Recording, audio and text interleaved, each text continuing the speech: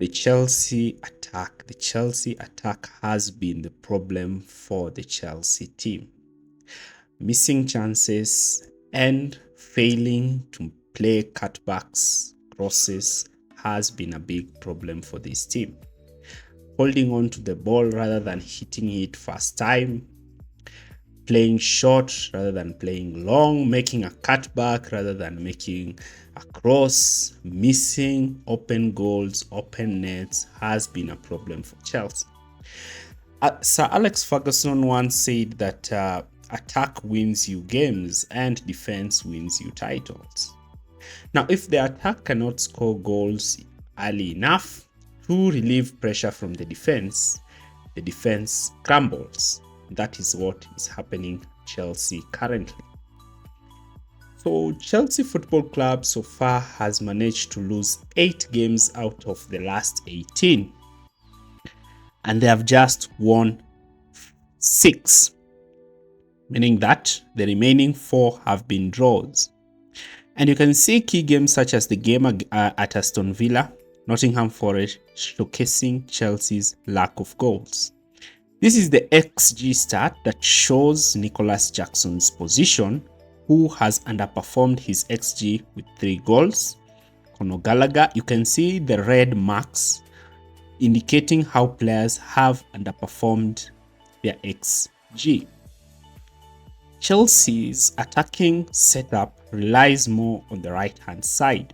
It is unbalanced compared to Manchester City, where Manchester City attack in close to around 33% on all sides of the pitch, the left, the center, and the right side. Chelsea do not penetrate a lot through the center. The attacking zones also shows how Chelsea are very low while dominating the ball in the opposition third with only 30% possession. Here they like playing it safe. The wingers don't like taking on their fullbacks and their forwards. So Chelsea this season has 3 wingers and Cole Palmer, a midfielder who has been deployed as a right winger. Noni Madueke is yet to start a game, but Mudryk and Raheem Sterling have played, both who have been quite underwhelming. But the most difficult position is the striker position, because now Chelsea have 2 inexperienced strikers who are not good at heading, quick, fast touch goal scoring, and very low on confidence. The question amongst many Chelsea fans is whether Christopher Nkunku is going to come in and try to change the statement in the attacking areas. Before I start our analysis, kindly like, share, and subscribe, and do not forget to subscribe to our second channel. So the attacking line of Chelsea comprises of 4 players with 1 attacking midfielder. So prior to Cole Palmer's arrival, Mauricio Pochettino had deployed Chilwell as a left winger, and this left a lot of Chelsea fans with a lot of anger and uproar. The deployment of Chilwell as a left winger when we have Raheem Sterling, Noni Madueke, and Mykhailo Mudryk all fit is what contributed to Chelsea, first of all, not scoring goals earlier in the season. Pochettino's main aim was to push Enzo to play in the half-space position with Gusto pushing forward. But now the problem with Chilwell is that Chilwell, being a left winger, a left back, could not dribble past his players. So Caicedo also had not arrived, and Kani Chukwuemeka was the one who was playing in this inside left position. And when Kani was playing there, we saw in the game against West Ham how he was playing well to influence the position, though he got injured also. So Caicedo came on and Enzo was pushed down to that left inside channel. And Enzo Fernandez in this position, as I have made videos time and time again, he doesn't work well playing as a number 10. And when opposition comprehends the lines of defense and midfield, he likes to drop out and receive the ball and try to play in the winger. And in this case, Chilwell, the only thing he could do is attempt to cross the ball in a box where only one Chelsea forward who's not aerially dominant was attacking. Now, Mauricio Pochettino likes to operate a 3-man backline while attacking. Now, the essence of fullbacks in this position is to generate width. Now, in the right-hand side, things are quite different because Raheem Sterling, together with Reece James or Gusto or Conor Gallagher, is quite adventurous and attacking. So when Chilwell got injured, what we started to see is Sterling shifted down the left and Cole Palmer came in to play as the right winger. Palmer in this position was quite great. His main threat is creativity, though Raheem Sterling in the left position is quite dangerous, looking to receive the ball and immediately run at his fullback.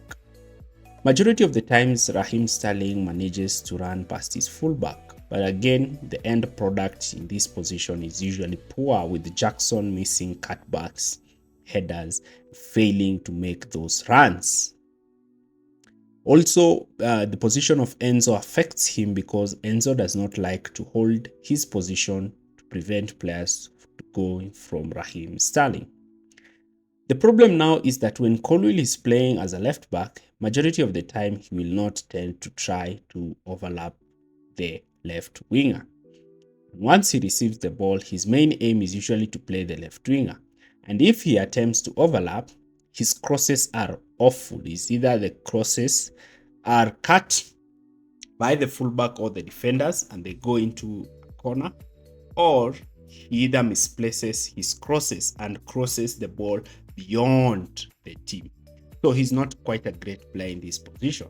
This is now making Raheem Sterling to now have to take on two players at a go because there are no players who are attempting to overlap him down left.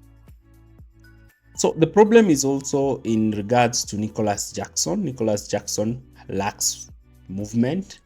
He holds the ball, but he's poor. His finishing is disastrous. And sometimes, rather than just squaring the ball directly, he attempts to try to dribble past the goalkeeper and he ends up getting caught. Jackson is also poor aerially. He has not had he doesn't even have a headed goal. Neither does he have any attempt on goal through his headers. He's so poor aerially. Another thing to also notice about Nicolas Jackson is that his shooting is wayward. His shooting accuracy is below par, attempting to shoot the ball out of the pitch. Now, Mauricio Pochettino also decided to start Sterling down the right and Mikhailo Mudryk down the left. Mudryk in this position is more of a creator, and initially during the game when he starts in this position, he's usually sometimes low on confidence and he receives the ball and his shooting is wayward and his dribbling is not quite well. Now, another problem with Chelsea's attack is that because Chelsea like to attack down the right, they usually drag the opposition towards the right, leaving the left winger with acres of space. Now, the problem with Chelsea, rather than just making a simple cross-field pass to the left winger, they like to recycle the ball throughout the defense. This slow recycling of the ball enables the opposition's team to shift back to the left, limiting Chelsea's opportunity down that side. Now, the introduction of Nkunku, of Broja in the team is also not helping because Broja, unlike Jackson, does not work off the ball. His movement is poor, he's low on confidence, his head is usually down, and his finishing is also quite suspect, making him a problem for Chelsea. Now, the introduction of Nkunku will be a great asset, making him to start to play as the number 9. He can also play as a twin false 9 next to Cole Palmer, but in most instances, he will require one attacking fullback. And if Pochettino insists on using two attacking fullbacks, then Sterling and Palmer can play as the two wingers in this system. Now, the problem with Chelsea's attack is failing to kill the game in the first half. I'm very disappointed, especially with Nicolas Jackson missing crucial goals. You can see the goal here against Nottingham Forest.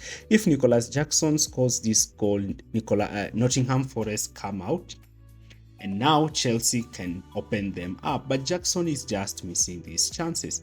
So when Jackson is missing these chances, what happens is that the team gets frustrated, the defense is put under pressure, and now you start finding the team conceding a lot of silly goals.